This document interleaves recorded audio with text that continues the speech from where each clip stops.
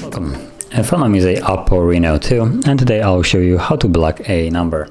So to get started, you want to open up your phone app, and from here, either if you would have a contact in recent contacts, you would be able to just hold it and then select block. Let's see if I can actually do it by like so.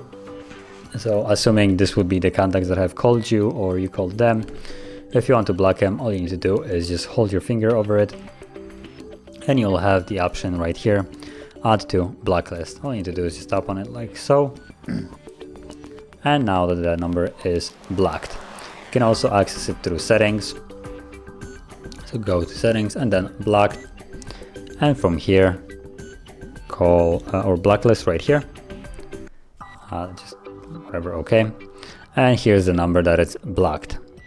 You can also add a number to blacklist from here, as you can see. So tap add and then enter a number like so, and you can enter a number manually that you wish to block, or you can also unblock number from here as well. So hold your finger over it like so till it's checked, and then you can tap on remove from blacklist, and now the number is removed from blacklist and can again call you.